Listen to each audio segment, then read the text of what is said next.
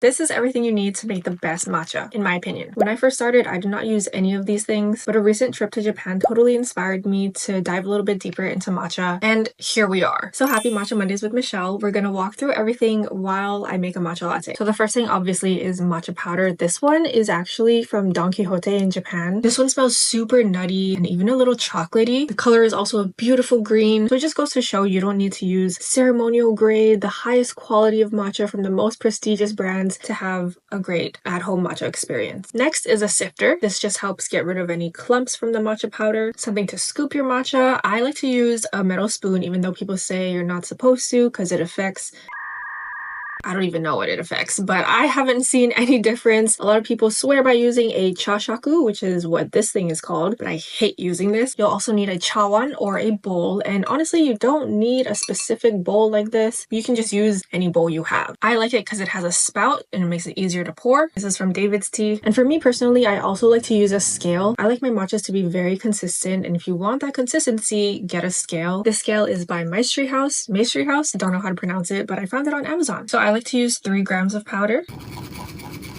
Next is a temperature controlled kettle. It's not necessary, but I do think it's nice because if you use too hot of water, then you might burn your matcha. But also different temperatures can bring out different flavors in the matcha. So if you want to experiment, then it's very nice to have one that you can control the temperature with. So I usually do 30 milliliters of water. Next is a chasen or your matcha whisk. You can totally use an electric whisk, but I do think there's nothing that's gonna create that really nice silky foam like a chasen. I found mine on Amazon again, and I added this cute little sakura charm, and I actually sell these through my beaded jewelry business. If you're interested, I'll leave it linked in the caption. And I usually whisk in a zigzag W motion for about 30 seconds. The microfoam is microfoaming today. I think matcha always tastes the best in a cute simple glass cup like this. I got this from Target. If you're making a latte, this is my favorite milk, the Califia Farms Barista Blend Oat Milk, mainly because it does not overpower the matcha flavor. I do 80 milliliters of milk. Sometimes I don't use sweetener, but if the powder is a little more bitter, then I like to add pure maple syrup. This one's from Trader Joe's. I only add about 2 milliliters, and then we add the matcha.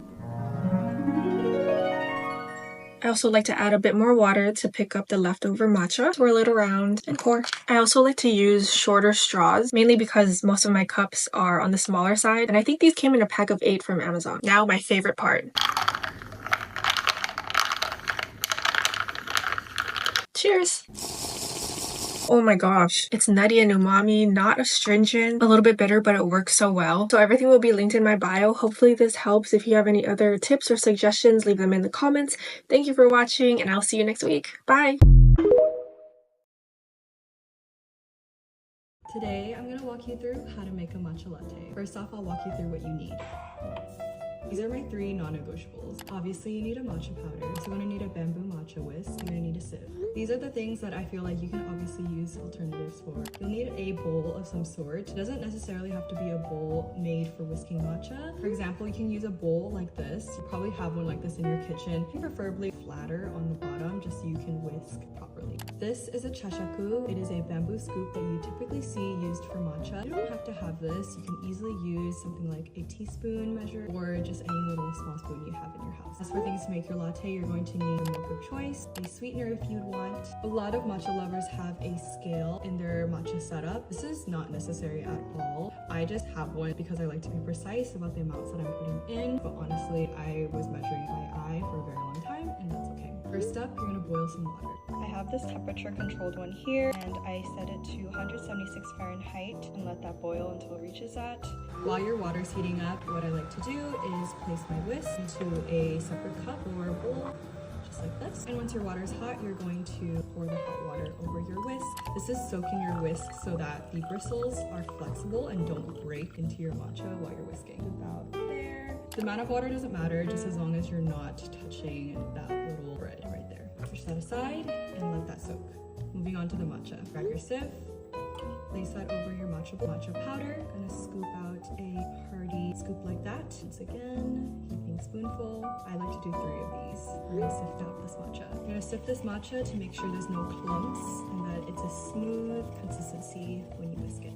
Once all the matcha's sifted through, place these aside. I like to do all of this while the water's boiling so that I don't have to really wait for it. Now you're gonna add your water. I eyeball it. I use about 75 grams to 80 grams of water. It's about 5 to 6 tablespoons.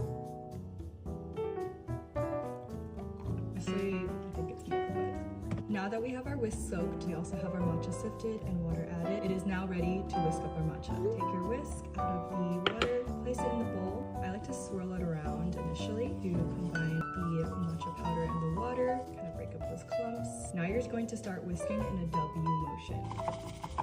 Do it quite vigorously. I'm going to create really big bubbles and froth up that matcha. By frothing it up, I'm going to create a really nice texture and very satisfying mouthfeel. I think we look pretty good for the first stage.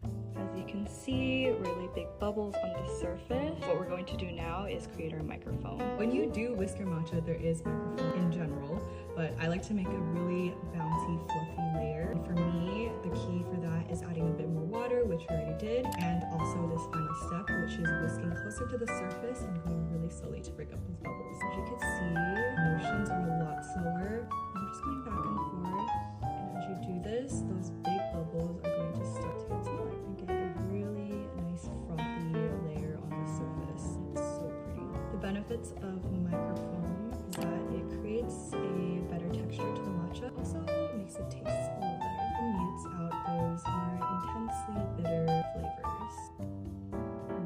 This is looking good. Do we see the difference from earlier? It's a lot smoother. Those bubbles are really fine now. And when you do this, it's really bouncy. Moving on to building the latte. Grab a cup. This is the Kinto cast beer glass. Add as much ice as you want. I prefer a lot. Now I'm gonna add in my sweetener. I'm using agave today, but I also like maple syrup, simple syrup. I like to do 6 grams of sweetener, which is equivalent to 1 teaspoon. Next, you're going to add your milk of choice. I like to use the Minor Figures oat milk. Add in about 125 grams of milk, which is equivalent to half a cup. All that's left is to do your matcha pour. You're gonna want to slowly pour, just so you can maintain those layers and it'll look really pretty.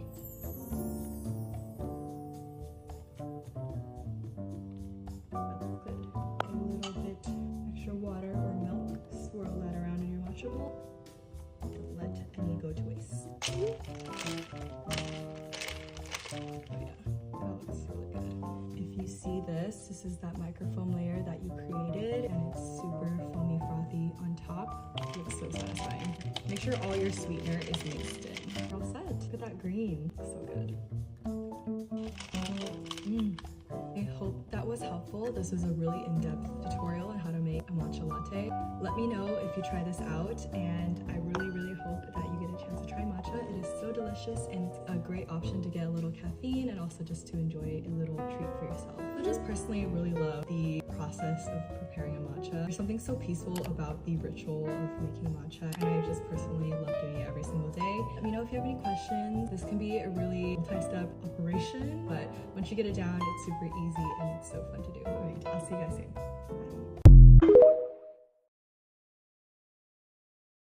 Matcha latte mistakes beginners make and how to fix them. First is using a poor quality matcha or a powder that has oxidized.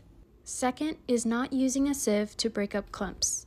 If you want a smooth drink, a sieve helps you get that silky matcha shot. You can use 2 to 3 scoops of powder for your latte. Third, you want to use water in the range of 175 degrees Fahrenheit.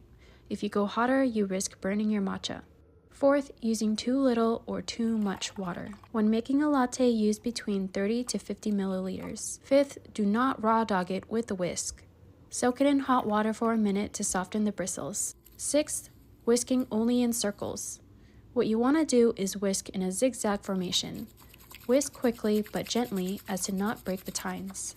As you whisk for around 30 seconds, go a little gentler towards the surface. Doing so will break up larger bubbles and give you a microfoam. Now you can assemble your latte with sweetener and milk. For this one, I used around 10 grams of agave and 200 milliliters of milk. All that's left to do is enjoy your hard work. If these tips helped you, give a like and follow for more.